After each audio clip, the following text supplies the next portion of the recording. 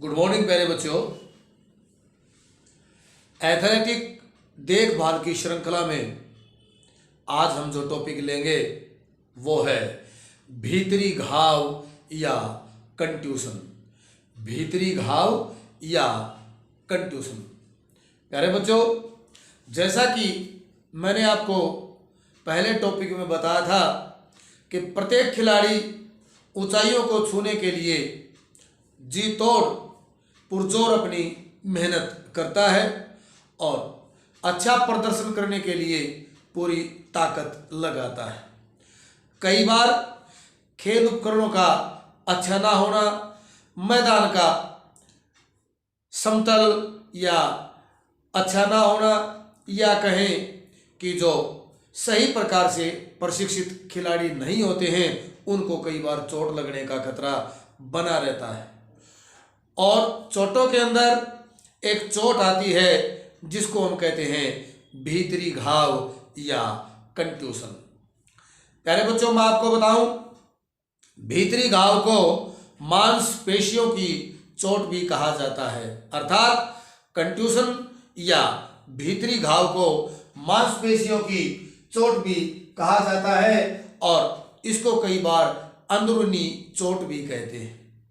मांसपेशियों की चोट के साथ इसको अंदरूनी चोट भी कहते हैं। और यह जो चोट है, अंदरूनी चोट या कहें भीतरी घाव या कहें कंट्यूशन, प्रत्यक्ष मुक्का या कोई खेल उपकरण शरीर के साथ टकरा जाए तो कंट्यूशन होने का खतरा ज़्यादा रहता है। अगर शरीर के साथ किसी प्रकार का कोई खेल का उपकरण टकरा जाता है या प्रत्यक्ष रूप से मुक्का लगने के कारण यह कंट्यूशन हो जाता है या भीतरी घाव हो जाता है।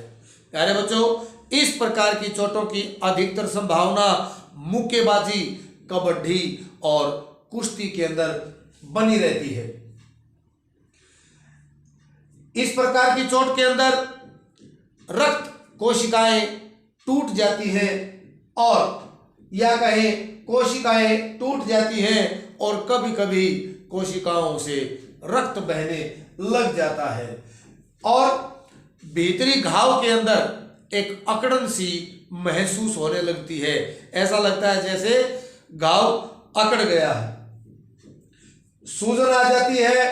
कई बार मांसपेशियां काम करना बंद कर देती हैं, मांसपेशियां काम भी करना बंद कर देती है और कंट्यूशन से शरीर के अनेक अंगों जैसे मांसपेशियों, रक्त कोशिकाएं, ऊतकों तथा नाड़ियों को नुकसान भी होने की संभावनाएं बनी रहती हैं। शरीर के हमारे कई प्रकार के अंदरूनी अंग हैं, जैसे कोशिकाएं हैं या रक्त कोशिकाएं हैं या ऊतक हैं या नाड़ियां हैं और या हम कहेंगे रक्तवाहिनियां, उनको भी नुकसान होने का कई बार खतरा बना रहता है।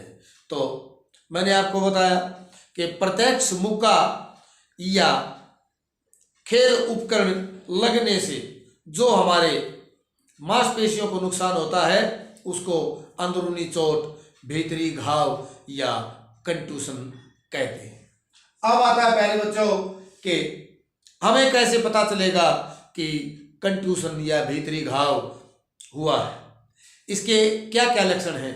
जहां पर कंट्यूशन होता है वहां पर सूजन आ जाती है, सूज जाता है वो अंग जहां पर कंट्यूशन होता है या जहां पर भीतरी घाव होता है। अर्थात ये कहें जहां पर प्रत्यक्ष मुक्का या उपकरण लगता है उस स्थान पर सूजन आ जाती है। नंबर 2, अंगों में पीड़ा का होना। जहां पर कंट्यूशन होती है, जहां पर इस प्रकार की चोट लगती है, इस प्रकार का भीतरी घाव होता है, वहां पर अत्यंत पीड़ा होने लगती है, अत्यंत दर्द होने लगता है। फिर आता है शरीर को दबाने पर अकड़न महसूस होती है।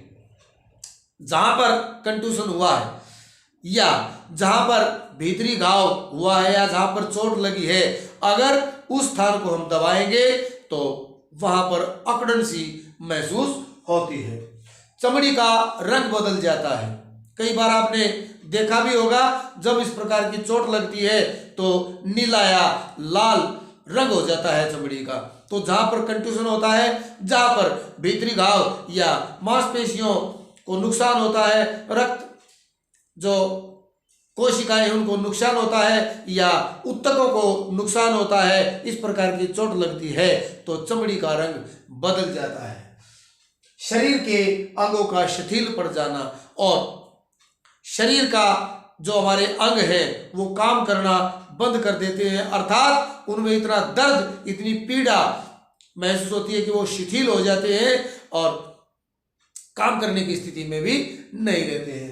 अब आता है प्यारे बच्चों कि हम अगर इस प्रकार की चोट हमें लग जाती है, कंट्यूशन हमें हो जाता है या भीतरी घाव हमें हो जाता है या कहें अंदरूनी चोट हमें हो जाती है, तो हम क्या करें, इसका उपचार कैसे करें। RICE सबसे पहला है। RICE उपचारों में सबसे पहला जो पॉइंट है RICE, रेस्ट, आइस, कंप्रेशन और एलिवेशन। रेस्ट, आराम करेंगे। सबसे पहला आराम करना है। आइस, आई से बनता है आइस।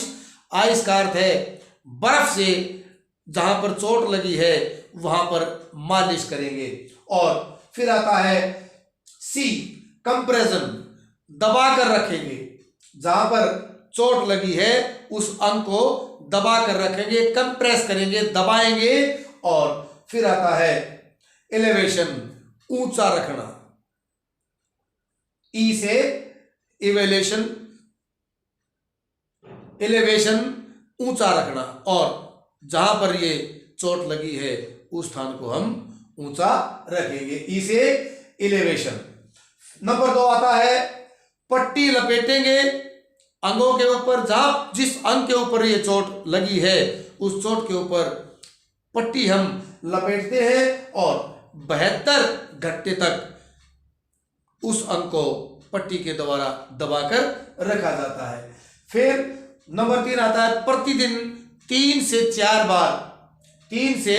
4 बार बर्फ की उस अंग के ऊपर जहां पर कंट्यूशन हुआ है या जहां पर भीतरी घाव हुआ है या जहां पर इस प्रकार की चोट लगी है, दिन में 3 से 4 बार बर्फ की मालिश करेंगे। यदि ऐसा लगता है कि 72 घंटे के बाद ठीक होने की स्थिति, चोट के ठीक होने की स्थिति आ गई है, या ऐसा लगता है कि 72 घंटे के बाद ये जो चोट भीतरी घाव है इसमें कुछ राहत या कुछ आराम है, सूजन कुछ कम हुई है या दर्द कुछ कम हुआ है, तो बर्फ की बजाय हम इसके ऊपर गर्म पट्टी का सेक लगाएंगे या गर्म पट्टी इसके ऊपर बांधेंगे। और सेक लगाने के लिए हम गर्म लैंप और गर्म जुराबे या हम कहें कि पैड का इस्तेमाल भी कर सकते हैं। हृदय की ओर नंबर 6 आता है, हृदय की तरफ से थोड़ा थोड़ा थपथपाएंगे। हृदय की तरफ से थपथपाते जाना है। और नंबर 7 जो सबसे महत्वपूर्ण है कि इलाज से परहेज, अच्छा सुरक्षात्मक उपकरणों का यदि हम पहले ही उपयोग कर लें तो इस प्रकार की चोट लगने का खतरा हमें कम रहता है।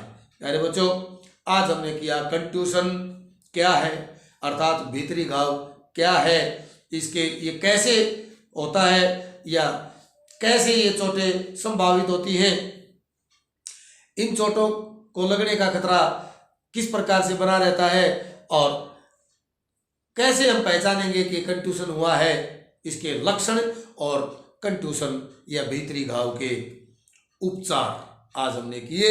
अगले टॉपिक को लेकर के हम फिर हाजिर होंगे। तब तक के लिए धन्यवाद।